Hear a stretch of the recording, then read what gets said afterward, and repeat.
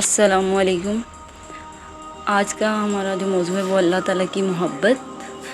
अल्लाह से मोहब्बत करने वाले सुस्त नहीं होते, ढीले नहीं होते, पीछे रह जाने वाले नहीं होते, अताअत करने वाले होते हैं, सोचने वाले नहीं होते, वो दौड़ने वाले होते हैं, वो पहल करने वाले होते हैं।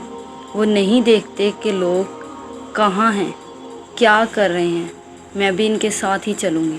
वो बस चाहते हैं कि वो सबसे पहले अल्लाह की बात मान लें।